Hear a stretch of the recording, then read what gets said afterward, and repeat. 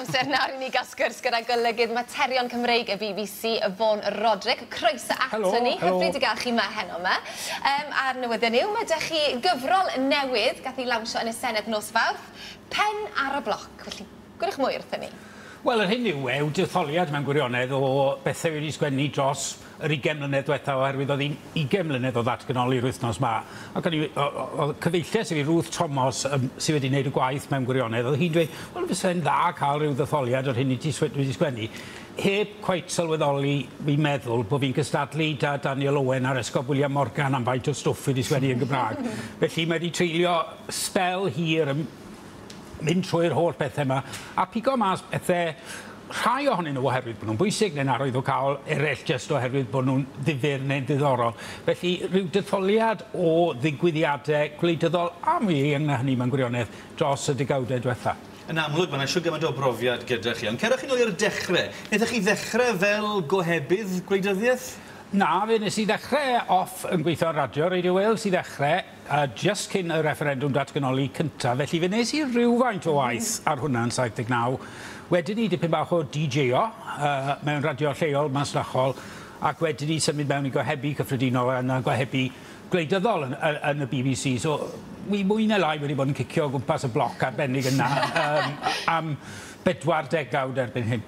A dros y blynyddoedd o ohebu, chi wedi gohebu ar sawl ddigwyddiad sydd wedi newid Cymru yn dod dros y blynyddoedd. Be sy'n aros yn y cof i chi te?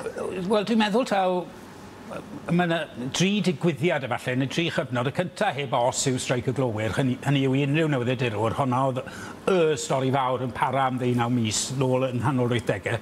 Wedyn ni y cyffro mawr noson y referendwm yn 97, chi'n modd a John Meredith a'i dwy fa hynny i gyd. Ac mae rhaid i fi ychwanegu'r trydydd un yw'r un diweddar, sef noson referendwm Brexit. Chymod, 2 referendwm efallai fwy ddiddorol na unrhyw etholiad ydw wedi cael. So dyna'r 3 sy'n sefyll mas yn y cof fel yr rhai pwysig, ond wrth gwrs mae yna bob math o bethau bach difyr, troian trwstan, cymeriadau ac yn y blaen. Mae dyn hefyd yn ei cofio nhw. Yn ogystal â'r digwyddiadau, mae yna enwau mawr, mae yna gymeriadau o fri yn y gyfrol yma, yn dos? Oes, mae yna enwau mawr yn y ac eithrio Theresa May wedi holi pob prif weinidog ers James Callaghan. Ond does ddim llawer amdanyn nhw yn y llyfr. Beth fi'n tueddu wneud ar erthyglau wy'n sgwennu yw mynd ar ôl rhyw gymeriadau llai amlwg, a mae yna lot yn y gyfrol yn ceisio adfer rhyw hen straeon am hen wleidyddion, falle dyw pobl ddim mor gyfarwydd â nhw a hynny. Ond chi'n bod, pan chi'n delio â pobl fel Ron Davies a Rod Richards, mae yna straeon.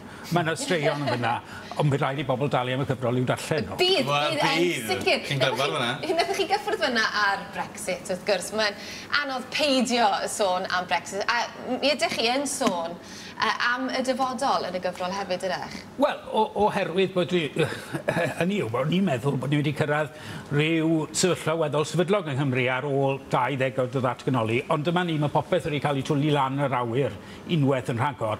Am yr 10 mlynedd nesaf yma, dwi'n meddwl, yn gyfnod lle mae bron popeth ar y ford o safbwynt, nid yn unig dyfodol Cymru, o dyfodol Alban, dyfodol Iwerddon, dyfodol y Deyrnas Unedig, ac ni'n gweld beth sydd wedi digwydd yn Sbaen yr wythnos hon a hefyd draw yn Kurdistan.